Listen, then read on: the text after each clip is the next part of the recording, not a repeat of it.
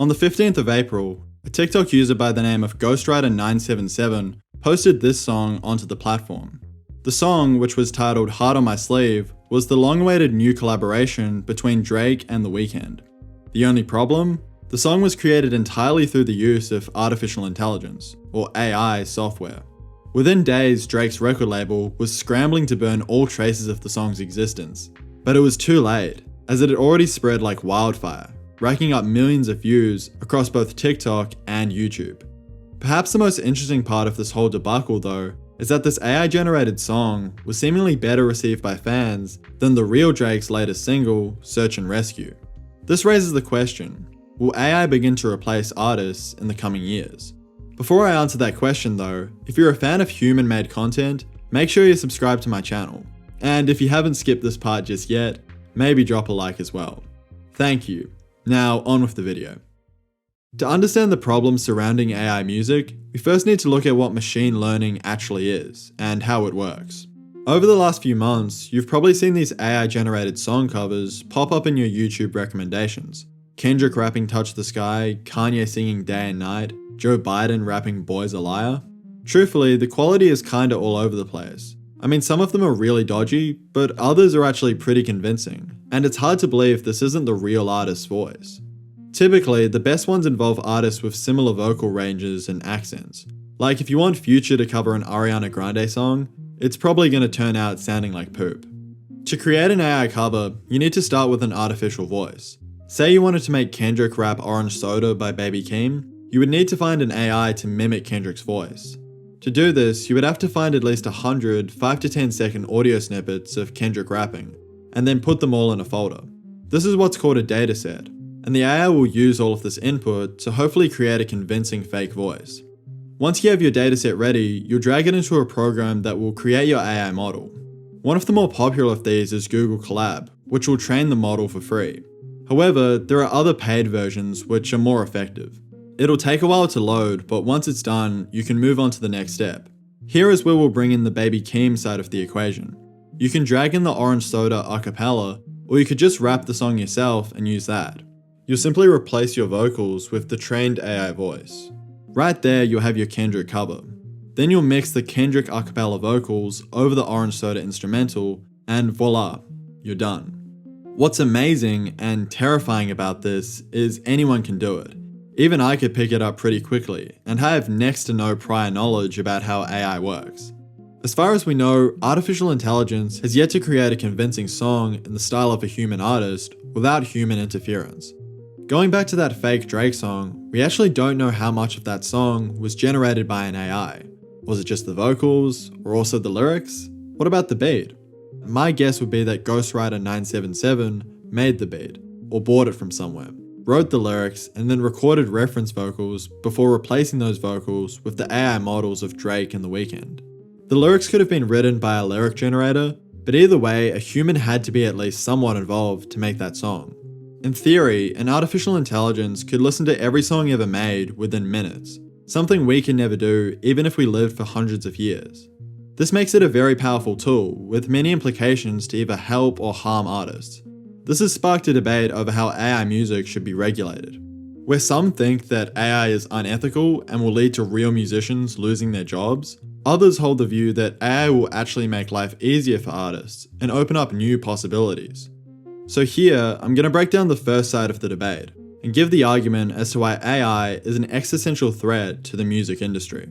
As I alluded to in the intro, the release of that fake Drake and Weeknd song sparked Universal Music Group to try and erase it from the internet, due to concerns about monetization. It's kinda like if you uploaded a full Taylor Swift song to YouTube. The record label would copyright claim it in like 2 seconds, and then collect any advertising revenue it made. However, in many ways, the concern with this fake song is more complicated than that. UMG has flagged how the song was created using an AI model that was trained through using copyrighted material. Essentially, to create those fake Drake and Weeknd voices, the AI would have used tons of songs that fall under copyright.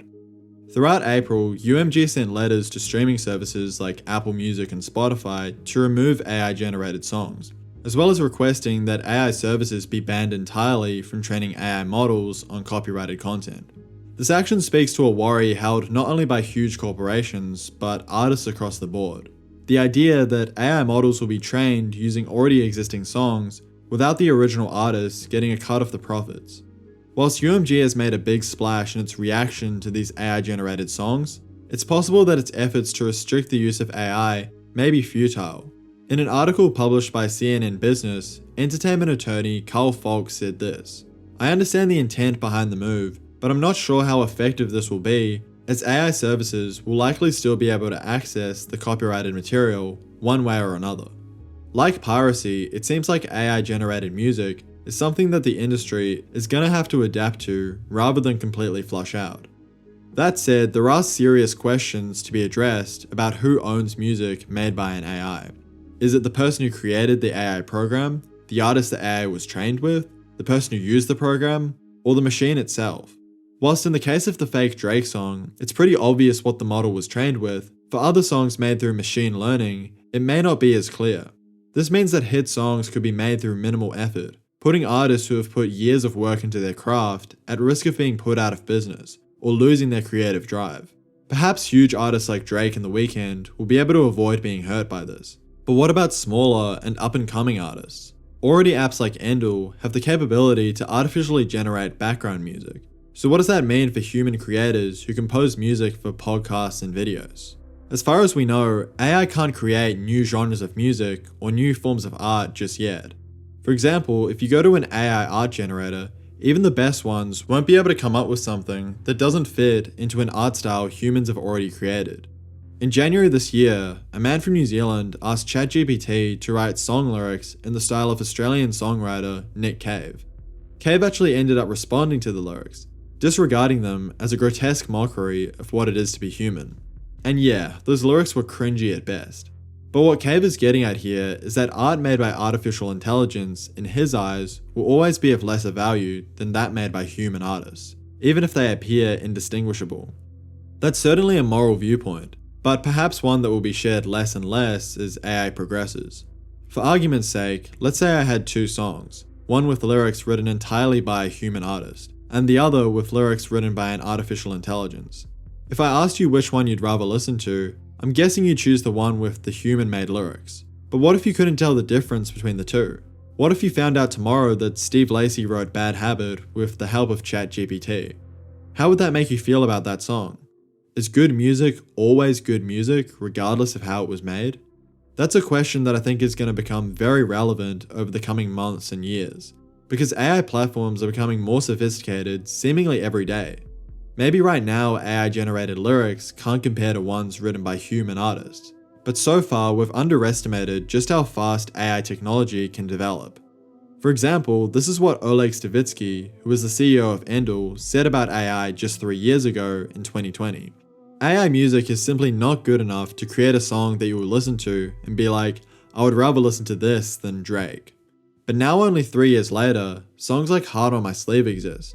And honestly, yeah, I would much rather listen to that than the real Drake's latest single. It's almost inevitable that there will soon be entire fan-made albums using AI voices. If Frank Ocean never drops another album, it's all good. Blonde 2 will be generated using an AI. To test just how convincing these AI voices are, I decided to conduct a little experiment. Alright, so basically I found 4 casual music listeners and asked them to listen to 3 original songs, and then 3 AI covers off those same songs. My hypothesis was that they wouldn't be able to tell the difference between the two. Let's see how it goes. Alright, so today we're going to be playing you some AI songs and some real songs, and you're going to have to choose which is the AI version. You ready? Yeah. Alright, let's go. This is version number 1. Fashion week is more your thing than mine. Fashion week is more your thing than mine. So which one is the AI version? 1 or 2? 1, I think. 1? Yep, you're right. I'm going to go with 2. I don't know why. 2 just feels... It's actually number 1. Oh. Yeah. Damn. Okay, which one did you think was the AI version? The first one, because I didn't pronunciate any of the words. Yeah, you're right. Second one's artificial. So you reckon the second one's artificial? Yeah. Yes. You are wrong. The second one is the real version. Drake is the real version. So I tried to show her about the world and about just who we really are. So I tried to show her about the world and about just who we really are. So 1 or 2, which is the AI version? 1, I think. Really? Oh. That's the wrong one. Number 2 is the AI version. Damn. So which one is the AI version? 1 or 2? 1? Wow, so number 2 is the AI version. Oh, is it? Yeah. I'm not good at this. Which one is the AI version? Number 1 or 2? They literally sound the same to me. I think it's like the first one's the real one. Yes, the first one's the real one. Alright, sweet. You know what? I'm going to stick with my guns. I'm going to have to go with 2. The real one is actually number 1. Ah, damn. Yeah.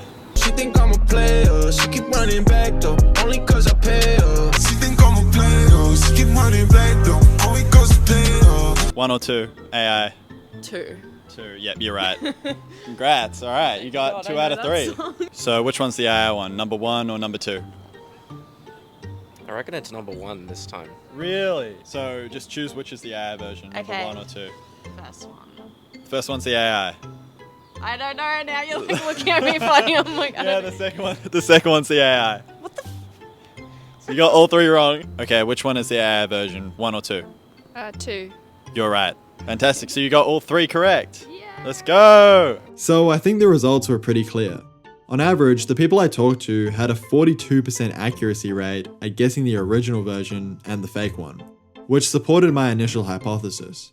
What are the implications of this though?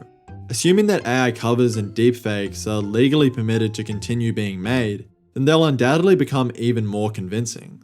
This not only raises questions about what artistry means, but also about identity theft and security at large.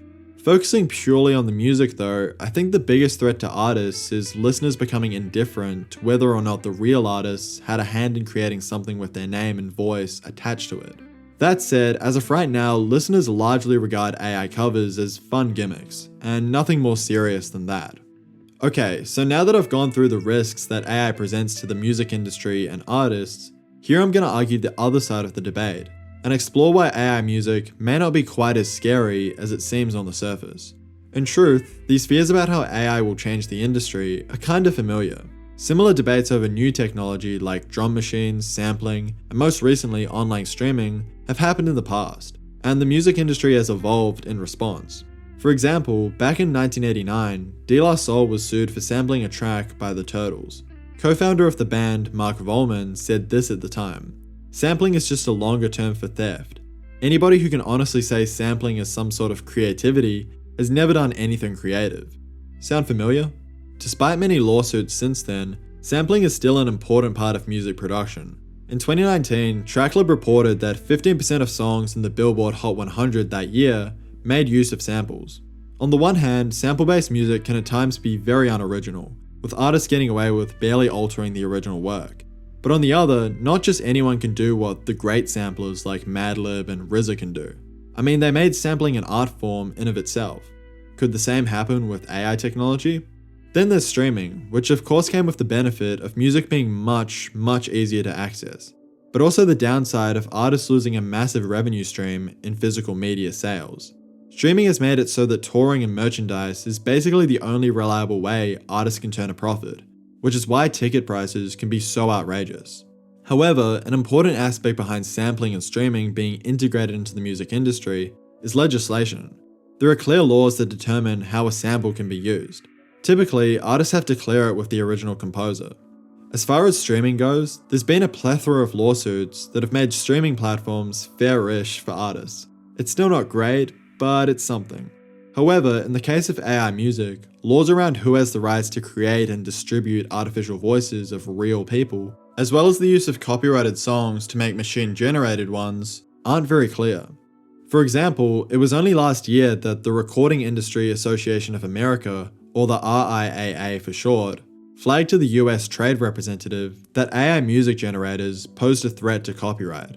Moving on, it's likely that AI will be used to ghostwrite songs on a wider scale in coming years, and that's definitely going to bug some listeners.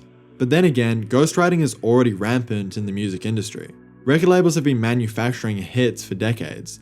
At this point, every chart-topping song has like 40 writers and 10 producers. Therefore, what gives those songs value is how the artists choose to perform them. Recently, the CEO of OpenAI, Sam Altman, had a chat with Lex Fridman where he brought up an interesting point about chess. Basically, Sam talked about how in the late 80s, chess players were concerned that because computers could win against humans, no one would want to watch or play the game anymore. However, what actually ended up happening was people wanted to try and beat the computer. And right now, chess is perhaps more popular than it ever has been. The point of this story is that as humans, we love to be challenged. Whilst the purpose of a machine is to be as accurate as possible, we still find imperfections interesting, and we want to be useful. Making art is meant to be challenging, and if you eliminate all the challenging aspects of that process, it will no longer be satisfying or meaningful to create. For the time being, it would be impossible for an artificial intelligence, at least one can find inside a computer, to be able to replicate what I would argue is the most important aspect of music: collaboration. People from different backgrounds pooling their collective knowledge and coming up with something unexpected out of that. Think about Madvillainy. Who would have thought that MF Doom and Madlib would come together to create that album in the way they did? Part of the fun of listening to it is sitting back and thinking, how the f did they come up with that? Obviously, a huge part of making art is being inspired by other creators, which AI is very proficient at. But it's also about unique life experience. That's where new sounds and ideas come from, and everything made with AI so far has simply been a remix of things we already have. Because of that, I think there will always be a market for art made by humans, without the assistance of machine learning. All that being said, there are of course benefits to using AI within a creative process that shouldn't be entirely dismissed. ChatGPT is basically like having a really smart person on call at all times. So imagine the possibilities for artists using it to further their knowledge of music theory and history. At some point, an AI might even be able to create music of its own accord, without needing to be trained with pre-existing compositions. That opens up a rabbit hole of ethical questions about artificial general intelligence, but I would definitely be interested to see if an AI would be able to create entirely new genres of music. Protecting artists should be the priority here though. Mastering a musical instrument, learning how to sing or produce, takes years, if not decades to achieve. It's a very special thing, and if AI begins to undermine that for the sake of convenience and novelty, then we'll certainly be heading down a very dark road. So to return to the question that I posed at the beginning of this video, will AI begin to replace artists in the coming years? In short, my answer is no. There will always be a market for human-made art purely because people like going to concerts, and we like investing in different artists for their unique characteristics. However, I do think that, like it or not, AI is going to become an important part of the creative process for many artists, whether that's writing, producing, or even sparking the initial idea for the music. Artists who refuse to use AI may find it hard to keep up with artists who do choose to make full use of it, which may raise questions about the legitimacy of certain creators if AI is so integral to their process. But once again, this is something that has been a concern for decades, considering ghostwriting is a tool that many popular artists choose to rely upon. I guess that only time will tell just how much AI will change the music industry. But I know one thing for sure. Frank Ocean's never dropping another album. Alright, if you're stuck around this long, thank you for helping to boost my audience retention. Nah, but seriously, it really means a lot to me. If you'd like to help me make more videos more often, please consider supporting me over on Patreon. The cheapest tier is just $3 a month, and it'll get you early access to new videos, as well as some extra side content as well. Finally, I want to thank Please Rewind for suggesting the topic of this video. If you're into movie reviews and breakdowns, check out his channel. Anyways, that's about it for me, and as always, have a good one.